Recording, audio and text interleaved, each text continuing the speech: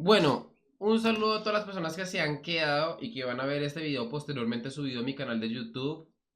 Haré algunos comentarios, un análisis, unas apuntaciones con respecto a algunas cosas que se hicieron y que se dijeron en este debate, el último debate presidencial antes de las elecciones que son este domingo. Muchas cosas que comentar, tengo en total anotadas aquí 15 cosas. Este debate duró mucho menos que el debate de hace 3 días en semana, que fue un debate mucho más largo, demasiado largo. Este fue un debate más corto, no tuvo tantos espectadores, llegó a tener en su momento 25.000 personas mirándolo y escuchándolo a través del canal de YouTube de W Radio. Obviamente hay muchas más personas conectadas desde otras plataformas, pero el de semana tuvo muchas más personas conectadas, creo yo que casi 100.000 personas en su momento llegaron a estar conectadas en directo en el canal de YouTube. Entonces no sé qué tan influenciante llegó a ser, digamos, este debate en comparación al de semana. De todas formas, un debate muy importante, demasiado importante, ya que es el último debate que se hace antes de las elecciones, entonces me considero demasiado, digamos, necesario poder hacer algunos comentarios con respecto a las cosas que se dicen allí, ¿no? Hago esta breve pausa para recordarle a ustedes que todas las noches estaré haciendo directos en mi canal de Twitch, analizando temas del momento, noticias del momento y abordando lecturas diarias. Así que si ustedes quieren participar en estos programas de forma directa, esa es la plataforma. Así que bueno, señores, que continúe este pedazaco de video. A ver, lo primero que hay que comentar, añadir, es efectivamente el hecho de que no han vuelto a invitar a Enrique Gómez y a John Milton. Más adelante, el moderador periodista, aquella persona que estaba aquí, intenta excusarse y es la misma excusa que le han colocado en todos los lados que no invitan a los candidatos de la verdadera derecha en Colombia, es que supuestamente no suman puntos en las encuestas, encuestas que ellos mismos financian y visibilidad que ellos a su vez le han negado. Es decir, ¿cuánto poder puede llegar a tener los medios de comunicación para dar visibilidad y que a su vez, digamos, al negársela le quita la posibilidad después más adelante de invitarlos a debates? Si los medios de comunicación tienen poder, ¿hacia dónde está enfocado dicho poder? Es la gran incógnita que debería estar planteado aquí. Porque algunas personas dicen, en Estados Unidos es necesario y es condición necesaria tener más de 15 puntos en las encuestas para poder ser invitado.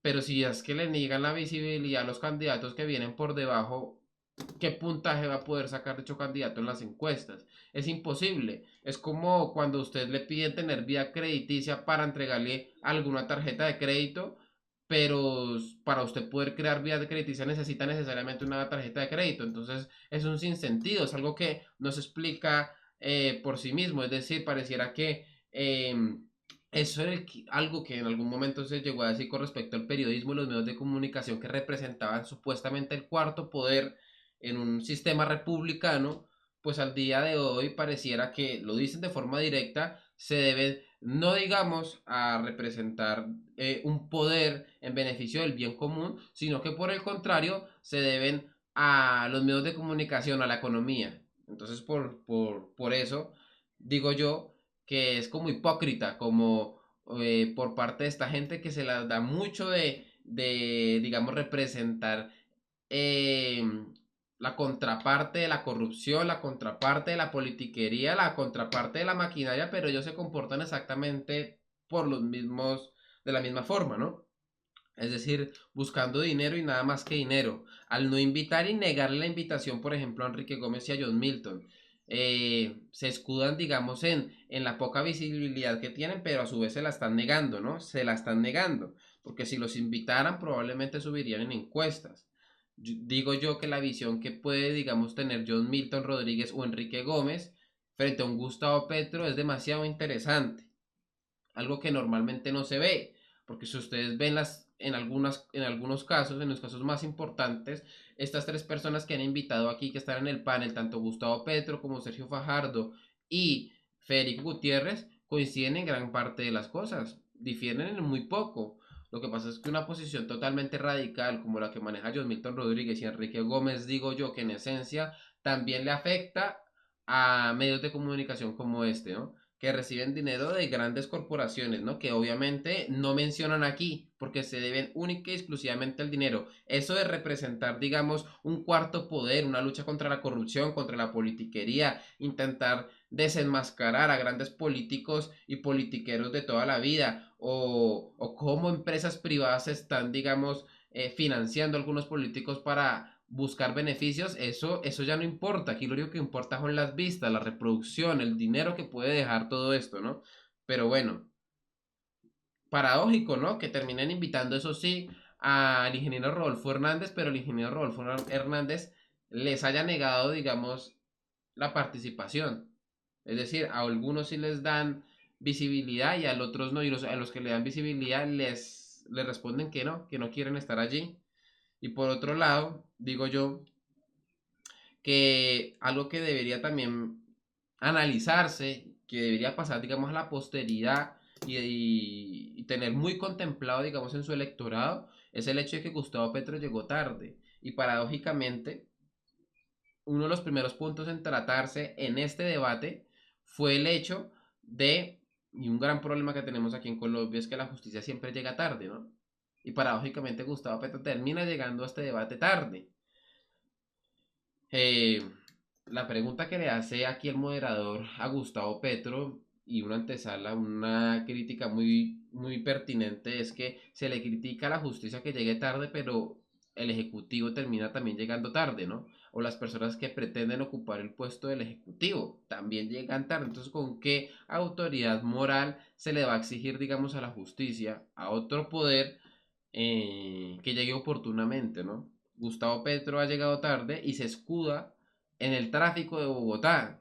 Obviamente el tráfico de Bogotá aplica no solamente para Gustavo Petro, sino para los demás candidatos que están allí y que han llegado oportunamente. Digo yo que esto es condición necesaria o debe ser una de las características principales de alguien que pretenda ocupar el cargo del Ejecutivo, ¿no? El cargo presidencial. Ahora bien, digo yo que el gran perdedor de este debate, dicho lo anterior, es necesariamente el periodismo en Colombia, es necesariamente todos los medios de comunicación que se prestan, digamos, para dar a conocer un único discurso, que es en esencia el que tiene la mayoría de estas personas que han participado en este debate, los tres candidatos presidenciales, que difieren en pocas cosas, en cosas mínimas, pero que en esencia comparten básicamente casi que todo, ¿no? Mayor intervención estatal, supuesta lucha contra la corrupción, justicia de forma oportuna, mayor inversión social, mayor inversión en infraestructura en Colombia, o sea, prácticamente quien todo están prácticamente que alineados, solamente en cosas esenciales difieren como lo es por ejemplo los acuerdos de paz, pero que los tres aquí presentes están totalmente de acuerdo en que deben negociar con el ELN, punto que vamos a tratar más adelante que es muy importante, ¿no? Ahora bien, los medios de comunicación obviamente se han vendido al mejor postor, eso ya lo hemos dejado claro, pero se jactan con que no. Y obviamente aquí en este debate se ha dejado de hablar de un tema muy importante como lo es el tema social y el tema cultural, que trata, por ejemplo, temas como el aborto, la ideología de género, el feminismo, el supuesto racismo que hay en Colombia, entre otros temas más, ¿no? Pero que aquí en este debate se ha dejado olvidado, no se ha mencionado en lo absoluto y se han basado única y exclusivamente en tratar temas como lo es la seguridad, la justicia, la corrupción, entre otros más, ¿no? El tema económico, que es como el gran tema coyuntural que hay en Colombia, pero si ustedes por lo menos revisan, las grandes reformas que se han dado en los últimos meses han sido en el tema cultural y en el tema social, como lo es, por ejemplo, la despenalización del aborto hasta la semana 24, ¿no? Pero bueno. Dos, tengo aquí anotado, la violencia de género que menciona Fajardo al principio de esta charla, ¿no? Obviamente Fajardo como ficha de George Soros tiene que tener en su discurso y en su agenda dicho punto.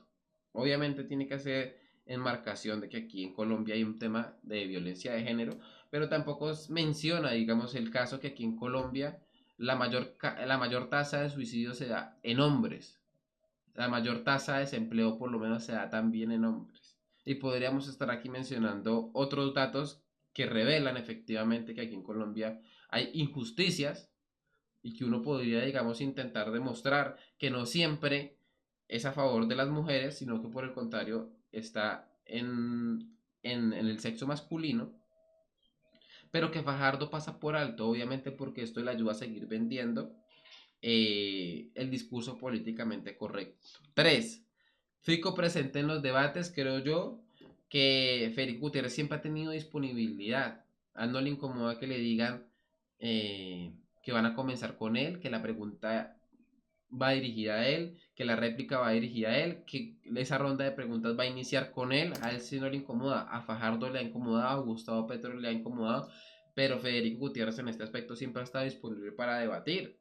Creo yo que en eso se puede llegar a diferenciar en su momento a un Iván Duque, que siempre evadió los debates, que nunca asistió a ningún debate, pero que pues Federico Gutiérrez en este caso sí ha puesto la cara en todas las ocasiones y está siempre dispuesto a debatir.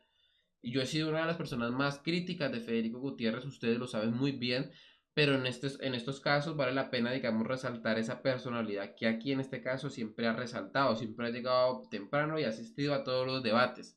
Creo yo que este tipo de cosas le puede estar aportando puntos en las encuestas y le puede estar aportando puntos en las elecciones finales, ¿no? Cuarto, ninguno plantea la reforma a la justicia que plantea Enrique Gómez, ¿no? Por eso digo yo que es muy necesario poder invitar a Milton Rodríguez o a Enrique Gómez, ¿no? Una de las personas más preparadas en el tema de la justicia es sin duda alguna Enrique Gómez Martínez, candidato de Salvación Nacional, que plantea, y ese es el punto fuerte de Enrique Gómez, insisto, la reforma a la justicia, de que no es simplemente, digamos, hacer una que otra cosa, cambiar uno que otro juez, eh, quitar o poner algunos accesorios del tema de la justicia, sino hacer una reforma medular, básicamente en la justicia, y eso lo tiene muy presente Enrique Gómez. Sabe, por ejemplo, lo del litigio estratégico que está llevando adelante la izquierda progresista, muy bien financiada, y que, por ejemplo, han visto en los jueces de la Corte Constitucional un aparato que puede ser corrompido, que puede ser, digamos, alterado, y lo han logrado con mucha eficiencia, ¿no? Enrique Gómez sabe muy bien que una de las cosas que se debe hacer aquí en Colombia es efectivamente plantear una reforma a la justicia que debe ser llevada adelante, mejor dicho, de forma necesaria y de forma inmediata en un eventual gobierno de él, ¿no? Yo también planteaba esa necesidad, digamos que si un Federico Gutiérrez está comprometido con hacer cosas medulares y no representar el continuismo de Iván Duque, debería poder invitar como ministro de Economía a Enrique Gómez. Una persona tan preparada como Enrique Gómez en temas de justicia podría, digamos, ocupar ese puesto con todas las de la ley.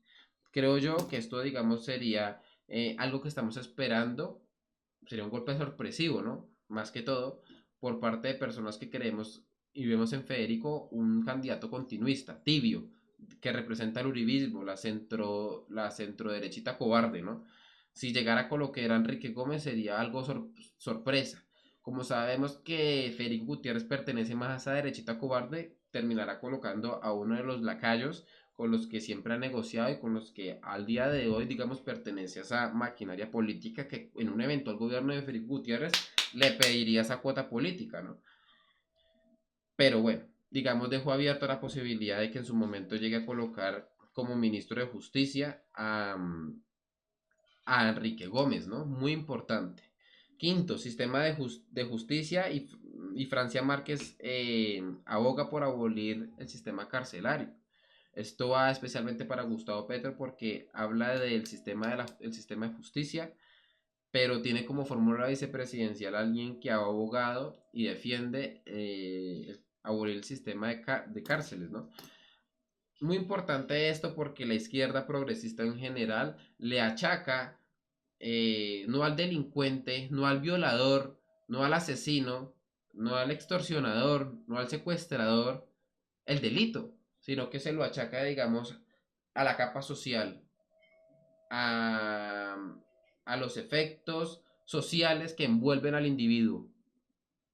Es decir, le han quitado de encima, todo rastro de responsabilidad que puede llegar a tener la persona. Ustedes por lo menos verán a feministas en su momento llegando a abogar en defensa del violador.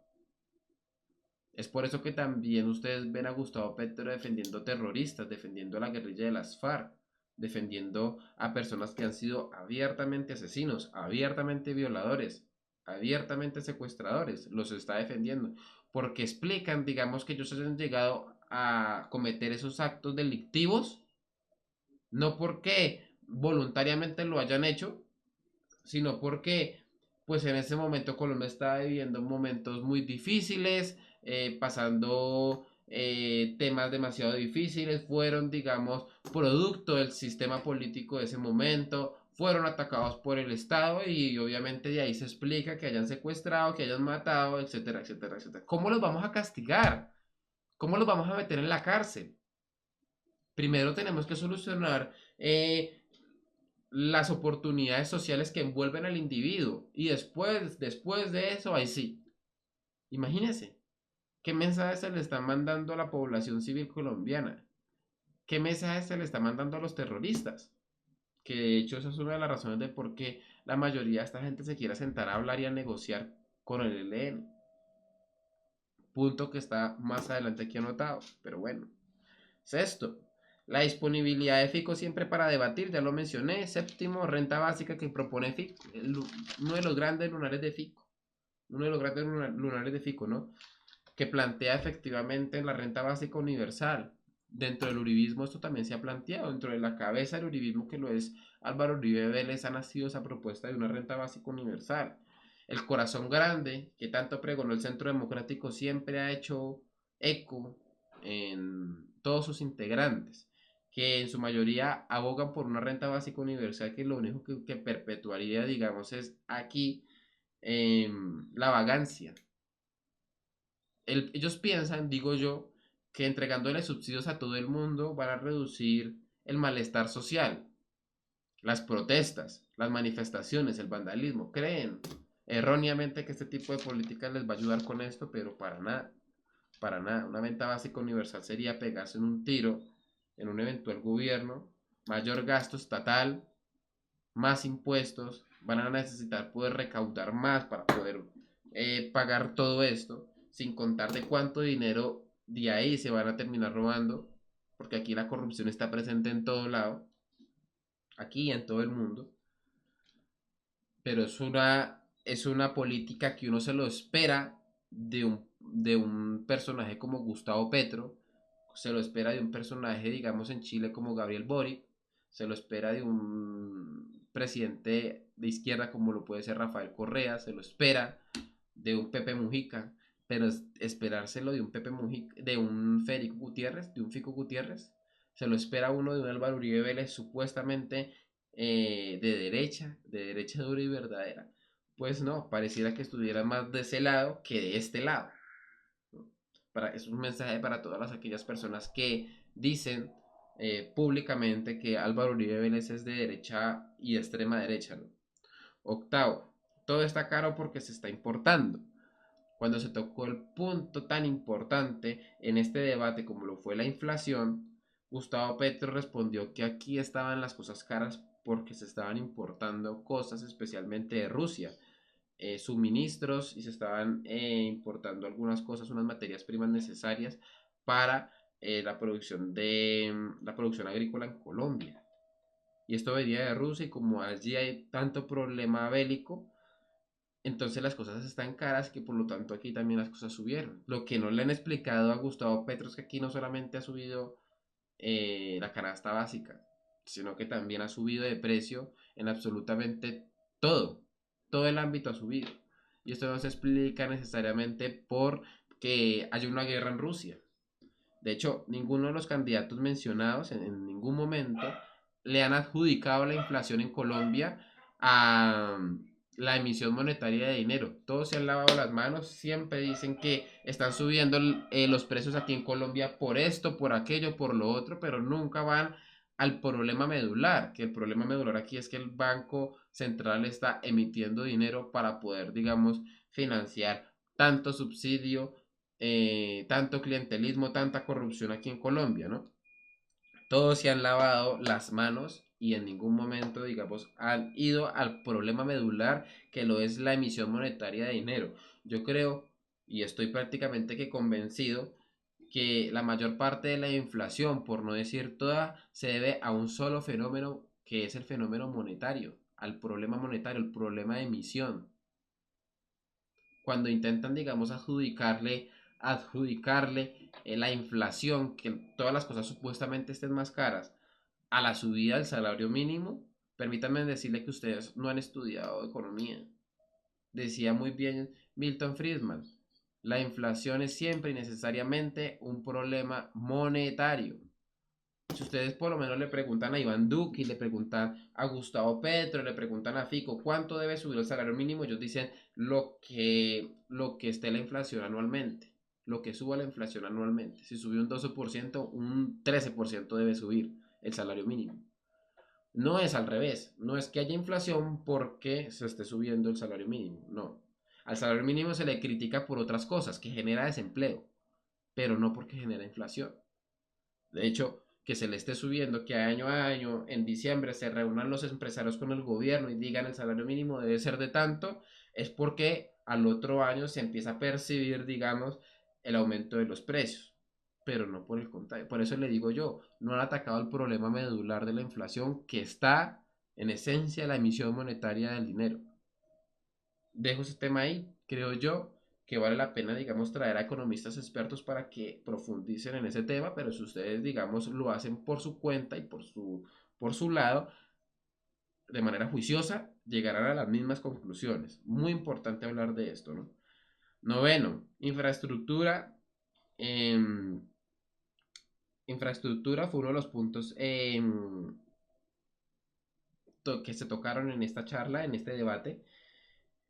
Creo yo que es necesario que aquí en Colombia se empiecen a llevar adelante varios proyectos de infraestructura, como lo es, por ejemplo, llevarle el agua a Santa Marta, uno de los puntos más críticos que creo yo que tiene la costa, uno de los demás puntos críticos que tenemos, digamos, en la ciudad capital es que no haya metro.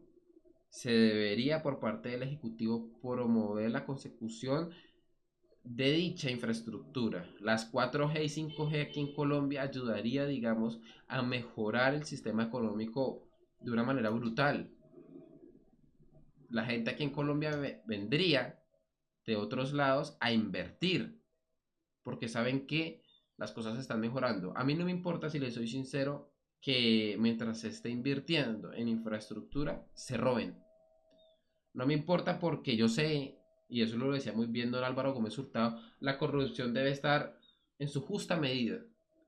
Se hablaba efectivamente de esto porque la corrupción hace parte de la naturaleza humana y en donde esté el ser humano hay corrupción. Si se están involucrando cierta cantidad de dinero en algunos casos en algunos proyectos de infraestructura, probablemente se vaya a estar robando. A mí lo que me importa es que lo terminen. No me gusta, y eso es lo que debería estarse atacando abiertamente, esos elefantes blancos que llevan años y años y años de construcción y nunca lo han terminado. Eso sí debería estarse persiguiendo, porque la corrupción no está en su justa medida, sino que la ha desbordado, ha hecho proyectos de infraestructura. Creo yo que, teniendo en cuenta la naturaleza humana, se debería estar exigiendo que no importa que se hayan robado cierto margen de presupuesto, pero que por lo menos entreguen la obra, que por lo menos entreguen la obra terminada, ¿no? Por ejemplo, algunos personajes políticos que han tenido, digamos, la administración, por ejemplo, de Bogotá, han llevado adelante ciertos proyectos de infraestructura, como lo es, por ejemplo, Enrique Peñalosa. Enrique Peñalosa, uno lo puede criticar por lo que quiera, pero es una persona que hizo muchas cosas por Bogotá y Bogotá cambió en gran parte por toda la inversión de infraestructura que hizo Enrique Peñalosa. Y eso no se lo quita y no se lo niega absolutamente nada. Que es uno de los mismos argumentos que tiene a favor los Char en Barranquilla. De tantas obras de infraestructura que implementaron, que pudieron llegar a robar, obviamente, y deberían ser investigados por todo esto, pero se le aboga efectivamente que pudieron llegar a ser eh, algunas cosas positivas, ¿no?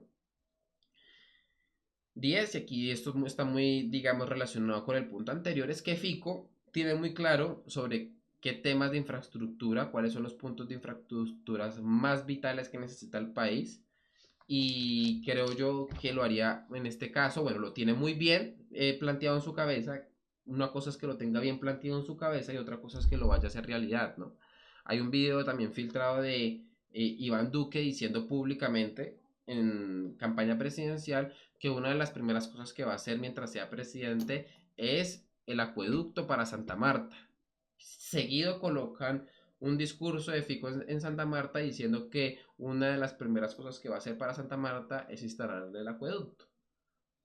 Uno sabe que Fico representa el continuismo y entonces aquí lo sorprendente puede llegar a ser efectivamente que llegue a cumplir las propuestas de campaña, ¿no? 10. Décimo, seguridad. Las ciudades, la inseguridad en las ciudades es culpa en gran parte de las alcaldías.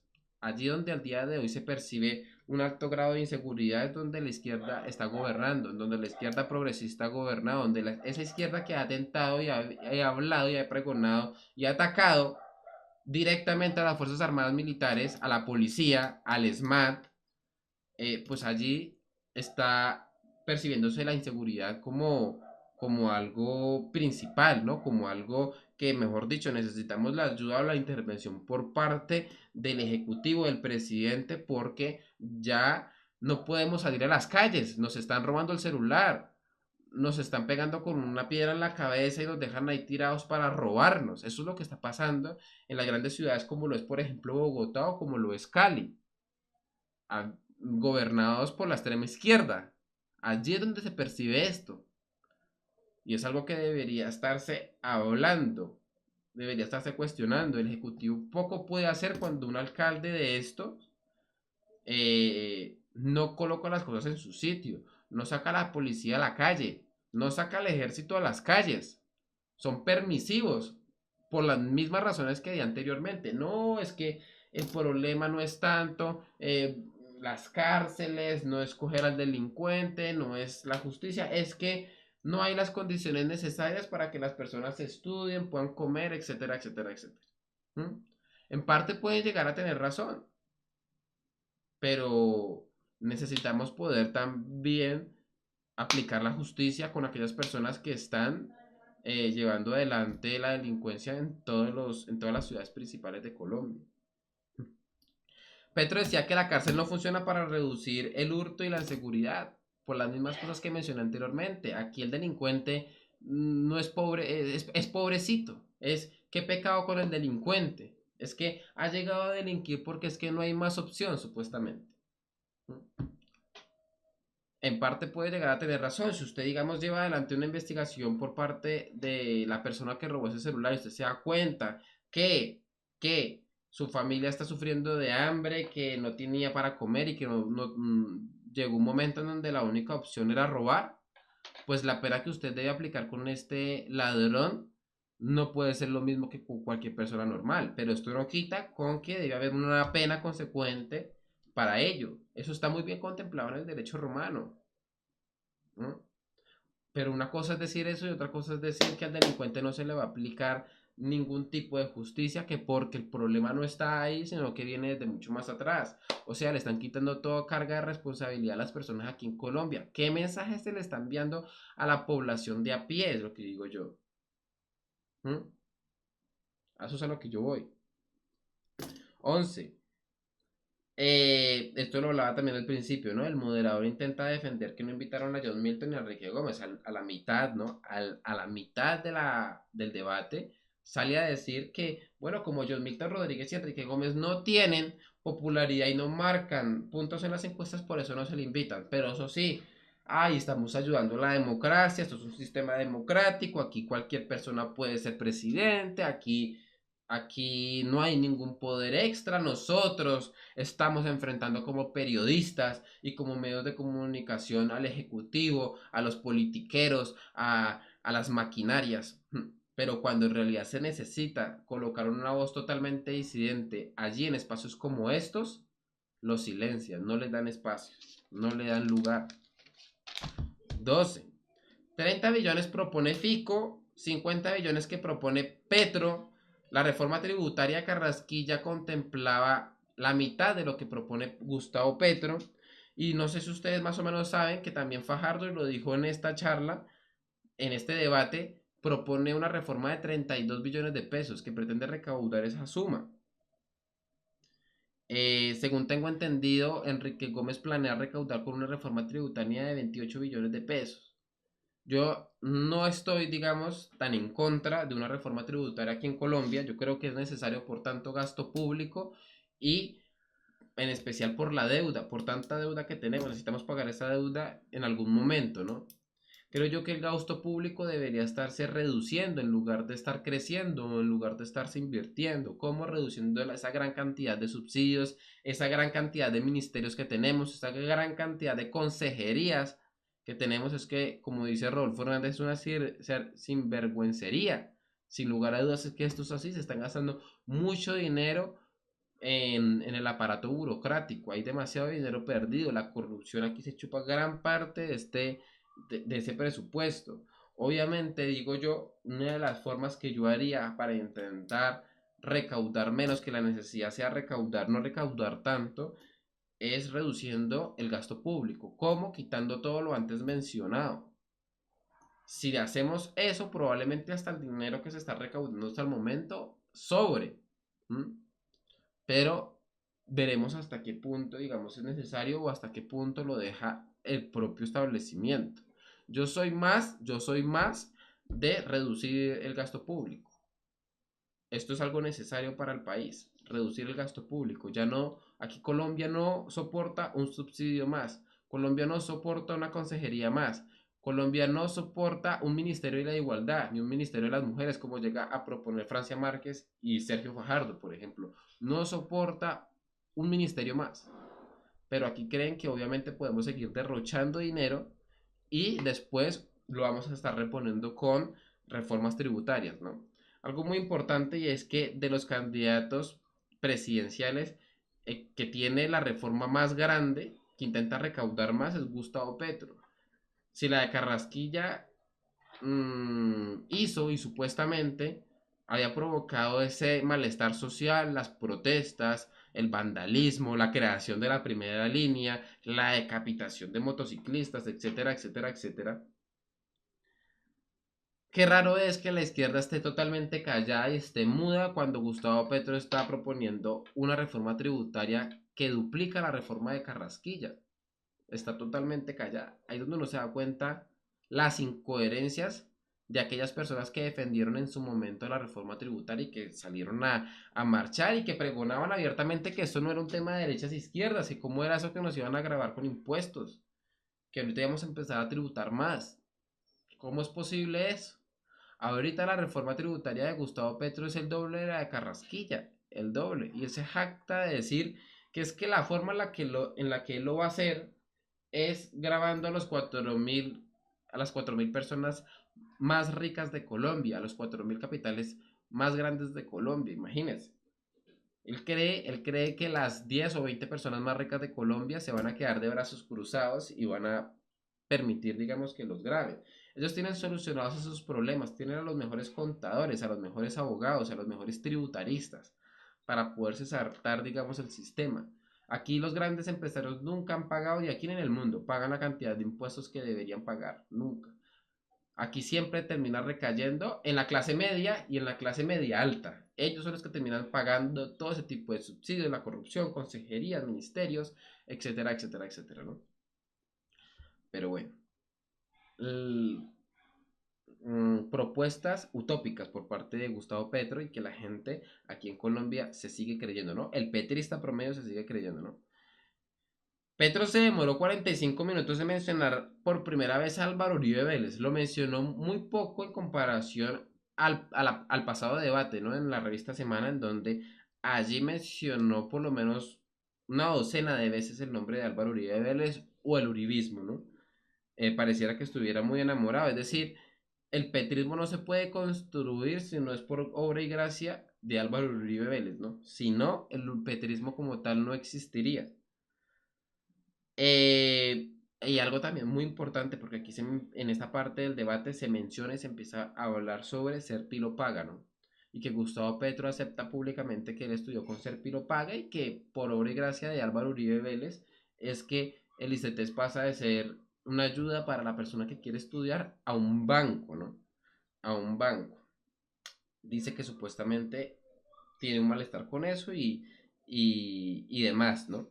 Ahora bien, él critica ser Pilopaga, que porque le entregó 3 billones de pesos a las universidades privadas, según él, ¿no?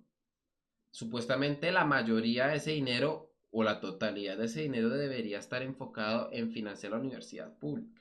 Ya saben ustedes que Gustavo Petro tiene un fetiche con la universidad pública, así él no haya estudiado en universidad pública, sino que haya sido beneficiado por la universidad privada, en este caso la Universidad Externado de Colombia, una de las universidades más caras de este país. Muy importante esto, porque ser Pilopaga era una especie de prueba piloto o algo que intentaba encarnar en sí mismo el voucher educativo o el concepto del voucher educativo, en donde aquellos grandes cerebros que mencionó, por ejemplo, Gustavo Petro, decidieran voluntariamente, libremente, cosa que a Gustavo Petro eso pareciera que le incomodara, ¿no? Que las personas pudieran elegir, que pudieran escoger estudiar en una universidad privada en lugar de una universidad pública, porque el gobierno les está dando ese dinero a ellos, el dinero que normalmente y tradicionalmente le daba a la universidad pública, y en especial a FECODE, ¿m? Ahorita se lo estaba dando al estudiante, para que él mismo libremente decidiera escoger estudiar donde a él quisiera, donde le plazca. Y, y ojito, porque aquí la gente, cuando tuvo en su mano la posibilidad de elegir en dónde iba a estudiar, no escogían la universidad pública. ¿Por qué será, Gustavo Petro? ¿Por qué será? ¿Ah? ¿Por qué será que no quieren estudiar en universidad pública y prefieren utilizar ese dinero para estudiar en universidad privada? ¿Por qué será? ¿Será porque FECODE no rinde en las pruebas PISA? ¿Será porque FECODE está directamente relacionado con los altos grados de mala educación que hay aquí en Colombia? ¿Será por eso? ¿O será porque en esencia Gustavo Petro tiene que rendirle pleitesía y cuotas de poder a FECODE? ¿Será que por ahí va la cosa?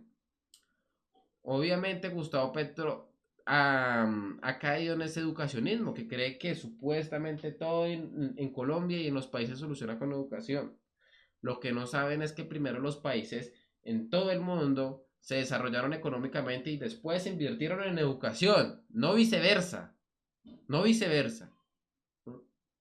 Pero ese es el fetiche mental en el que han caído la mayoría de los izquierdistas seguidores de Gustavo Petro, ¿no? Que creen que todo se soluciona con educación y no se dan cuenta de que la educación existe al nivel que, por ejemplo, puede llegar a existir en Estados Unidos o en Europa, porque le han invertido, no al revés, ¿no? Ahora bien, resulta que cuando la gente aquí en Colombia, los pilos, los más inteligentes, les dieron la oportunidad de escoger y de elegir a dónde querían estudiar, le dieron la espalda a la universidad pública. ¿Por qué será, Gustavo Petro? ¿Por qué será? ¿No? Esto no solamente da para Gustavo Petro, sino para aquellas personas que colocan en un pedestal a la universidad pública. ¿No? Ahora bien, tengo uno de los puntos más importantes de esta charla es que Federico Gutiérrez habla, por ejemplo, de condonar la deuda del ICETEX. Esto está muy relacionado con el punto de antes, y es que usted se dirija al ICETEX, pida una deuda para estudiar sociología y hacer un énfasis, por ejemplo, en políticas de género, para después graduarse y salir al mercado laboral y toparse con una realidad, y es que su estudio no le ha servido absolutamente para nada, ¿sí? Y esto no está siendo retribuido por el sector productivo, por el sector económico, o sea, usted queda literalmente en la calle y después se lava las manos y no le paga la deuda al ICETEX, es estar promoviendo indirectamente estudiar aquellas cosas que el sector productivo no avala, como lo es, por ejemplo, una carrera de sociología con énfasis en temas de género, en problemas de género.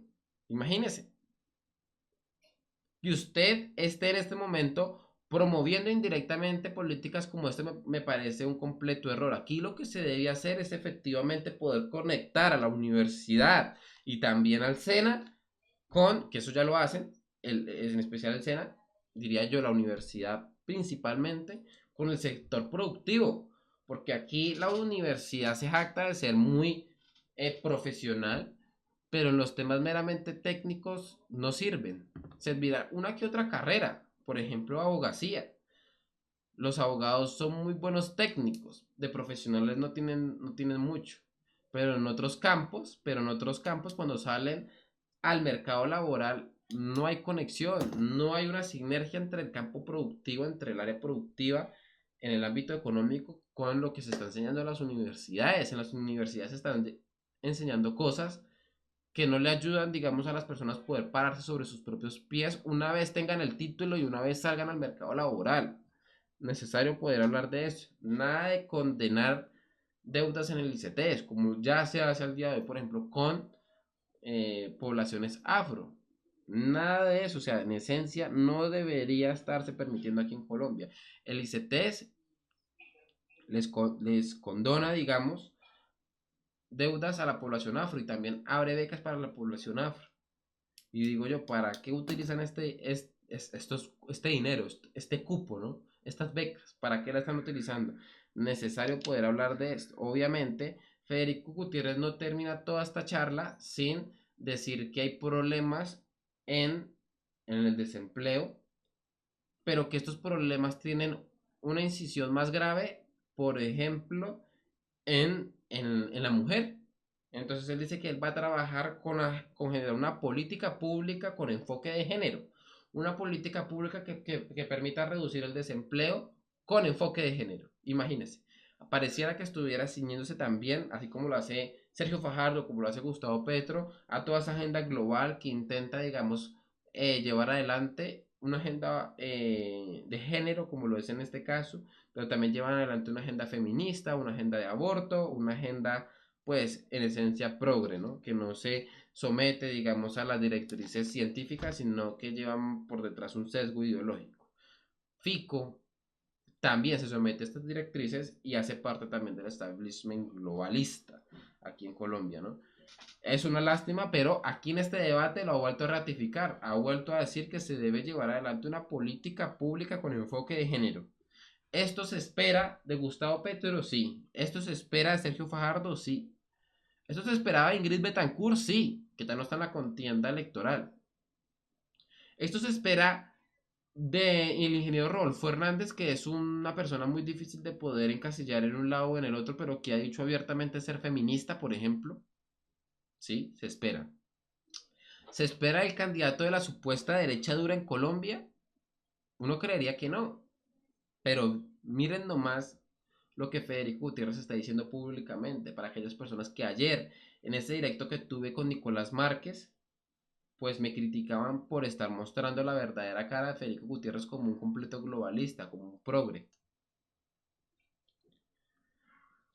Ahora bien, uno de los puntos que también se tocaron aquí fue que Fajardo y todos en la mesa querían negociar con el ELN. Todos quieren aquí, todos los que están sentados aquí, tanto Fajardo como Federico Gutiérrez, como el propio Gustavo Petro, quieren sentarse a negociar con el ELN. De hecho, ahí no termina la cosa. Si ustedes por lo menos revisan, el ingeniero Rodolfo Hernández dice que también se quiere sentar a negociar con el ELN y John Milton Rodríguez dice que también, si ve intenciones de negociar e intenciones buenas por parte del ELN. El único que dice que no nos debemos sentar a negociar con el ELN y que él no se sentaría por ningún caso a negociar con el ELN es sin lugar a dudas Enrique Gómez Martínez, una de las mejores propuestas que tiene este gran candidato es no sentarse a negociar con el ELN porque él dice es estarle mandando un mensaje totalmente equivocado y un mensaje totalmente erróneo a la población colombiana y a los terroristas, en donde uno les dice, si ustedes quieren entrar al Congreso, no hagan política, no hagan publicidad, no salgan a las calles a ganarse el voto de la gente. Ese es el camino lento, ese es el camino ineficiente. Si usted quiere entrar al Congreso, lo mejor es que tome un arma y se vaya al monte a ser terrorista. O enlístese en la primera línea, vamos a colocar en jaque a las ciudades principales, vamos a colocar en jaque a Cali, vamos a colocar en jaque a Bogotá, vamos a tomarnos la estación del Transmilenio de las Américas. Vamos a comportarnos como grupos terroristas criminales. ¿Por qué? Porque de esta forma el gobierno se va a ver en la obligación de sentarse a hablar con nosotros y allí le vamos a exigir una curul en el Congreso, una curul no, varias curules en el Congreso, como lo hizo en su momento la guerrilla de las FARC al gobierno de Juan Manuel Santos a través de los tratados de paz. Ese es el mensaje que se le está mandando a la población colombiana, a la población civil colombiana. Ese es el mensaje que se le están enviando actualmente a los terroristas que operan en Colombia. Es decir, si quieren entrar al Congreso, no hagan política, no salgan a las calles, no hagan publicidad, no hagan nada de eso. Lo que tienen que hacer es coger las armas y aplicar la política del terror.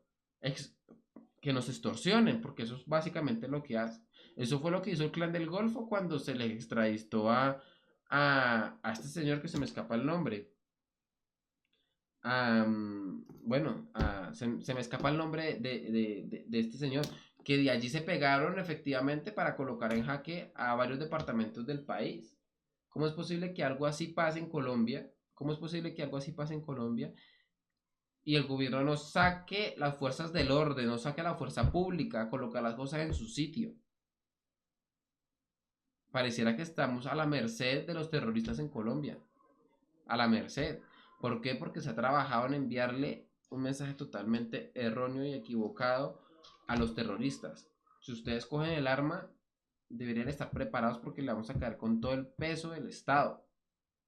Ese es el mensaje que se le debería estar enviando a los grupos terroristas en Colombia. Y bueno, señores, les agradezco por haberme acompañado desde tan temprano. Hubiera querido haberme despertado como Francia Márquez a las 11 de la mañana, ahorrarme el desayuno y de esta forma poder vivir sabroso, pero no ha sido posible. Como buen colombiano trabajador, a eso de las 6 de la mañana me levanté, me empecé a buscar en dónde iba a ser el directo, dónde se iba a dar el debate y desde allí pues empecé a cuadrarlo todo, ¿no? Entonces, bueno, señores, les agradezco por todo. Recuerden suscribirse a mi canal de Twitch, seguirme también aquí. Y pues nada, no siendo más, se cuidan. Y bueno, señores, antes de terminar con este pedazaco de video, quisiera recordarle a todos ustedes que pueden apoyar este canal a través de Patreon. Allí también podrán recibir muchos beneficios, como poder acceder a todas las lecturas que hemos estado realizando todas las noches y que al cabo de un tiempo desaparecen de mi canal de Twitch. Serán posteriormente resubidas a mi canal de Patreon. Así que allí, aparte de eso, también podrán tener contacto directamente conmigo, entre otros muchos beneficios más. Así que bueno, señores, ahora sí, no siendo más, se cuidan.